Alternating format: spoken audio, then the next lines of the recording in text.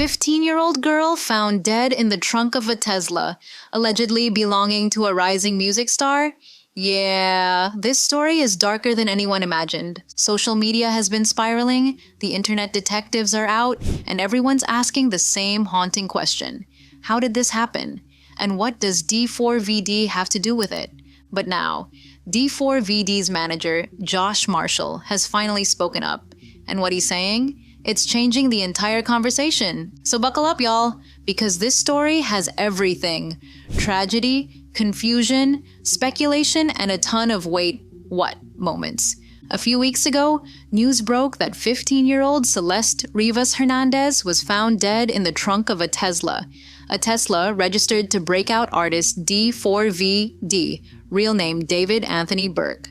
If that name sounds familiar, it's because D4vd blew up with emotional hits like Romantic Homicide and Here With Me, songs that Gen Z practically made their heartbreak soundtrack. But this isn't heartbreak core music anymore. This is real-life heartbreak.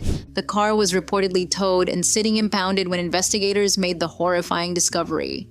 And immediately, social media did what social media does, jumped straight into detective mode. Wild theories, Reddit threads, TikToks dissecting every lyric, every post, every person he'd ever followed. Some claimed he or his team were somehow involved. Others said there was no way. But in all that noise, one person, D4vd Manager, decided he couldn't stay silent anymore. Enter Josh Marshall, known online as JMOGUL. He popped up under a TikTok video that was feeding into the rumors, and he dropped a full-on statement in the comments. And y'all, he didn't hold back. I never received any emails. I had zero knowledge of anything, and I don't live in California, he wrote. Josh explained that he works remotely 95% of the time, barely interacts with D4vd personally, and that his role doesn't involve day-to-day contact. He made it clear that he's just as shocked as everyone else, and that the internet needs to chill with the false accusations. He also got real for a second, saying he's a father of 3 and that this whole situation has taken an emotional toll on his family. This news is tragic for so many and for her family. I hope the proper authorities get to the bottom of it soon. Now, that statement did 2 things. First, it separated him from the core of the investigation. But second, it opened up even more questions, because if D4vd's manager isn't involved and D4vd hasn't spoken publicly yet, then who is at the center of this? Once Josh's comments started circulating, opinions split hard. Some fans felt sympathy, saying, he's just trying to clear his name, leave him alone. Others weren't buying it. They pointed out how fast statements like this can come off as damage control.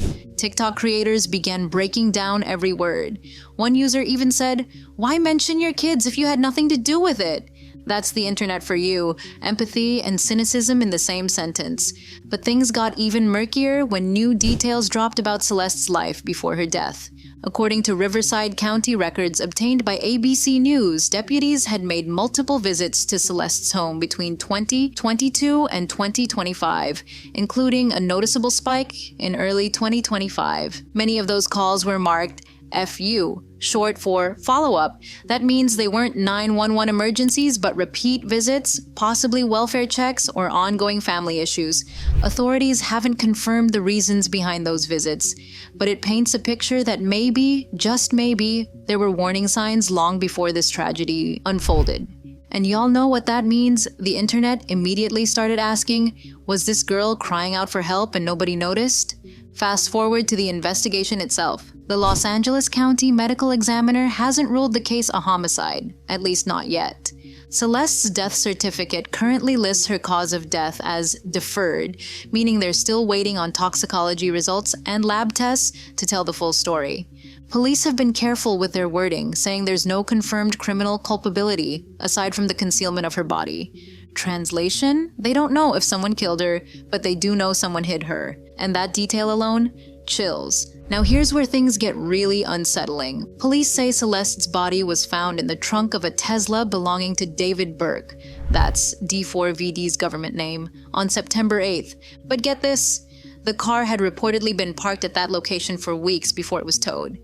Meaning, Celeste may have been dead for several weeks before anyone even realized. Let that sink in. A teenage girl, in a car, registered to a rising music star, sitting unnoticed for weeks. Police haven't named any suspects. There's no confirmation that D4vd himself had anything to do with Celeste's death. But still, the optics are rough. And let's be real, when a tragedy like this involves a famous name, the internet doesn't wait for facts. Fans want answers, haters want drama, and everyone wants to play detective. But there's a reason authorities are keeping things tight-lipped. They're trying to piece together the timeline, how Celeste ended up there, who last saw her, and whether anyone tried to cover it up. Some fans have pointed out that Celeste was just 15 years old, a child. The fact that people are turning this into viral content or conspiracy threads has rubbed a lot of folks the wrong way. Others argue that public pressure is what keeps authorities from brushing cases like this under the rug. Either way, the internet is on fire, and D4vd's silence is only adding more fuel. He hasn't posted, he hasn't gone live, no statement from his reps, just silence. And that silence, it's deafening. Before this tragedy, D4d was thriving, signed to a major label, touring, featured on massive playlists. He was the quiet kid who went viral from his bedroom and ended up sharing stages with global artists.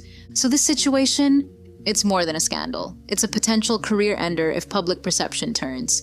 Even if he's not involved, being tied to a case like this, especially one involving a minor, can stain a reputation permanently. And let's be honest, cancel culture doesn't do wait for the facts. Meanwhile, Celeste's family is still waiting for answers, waiting for closure, waiting for justice. Police have said the case remains an active death investigation, not officially a homicide. Her body was described as weighing 71 pounds, with black wavy hair, wearing a tube top, black leggings, and jewelry when she was found. It's gut-wrenching to even picture. And every day that goes by without a clear explanation just makes the public more suspicious, more emotional, and more desperate for a resolution. Authorities say they're still analyzing evidence and waiting on toxicology. That could take weeks, maybe months. Once that's done, we might finally learn what really happened to Celeste Rivas Hernandez. Until then, the theories will keep spinning, the comments will keep arguing, and the truth will keep hiding behind allegedly. So now that D4vd's manager has spoken out, what do you think? Do you believe Josh Marshall's statement clears the air, or do you think he's just doing PR cleanup while D4vd stays silent? And bigger question, do y'all think this is just a tragic coincidence or something way darker hiding under the surface? Let's talk about it in the comments, but please, keep it respectful. Because at the end of the day, a young girl lost her life, and no matter how messy the internet gets, that's the real tragedy here.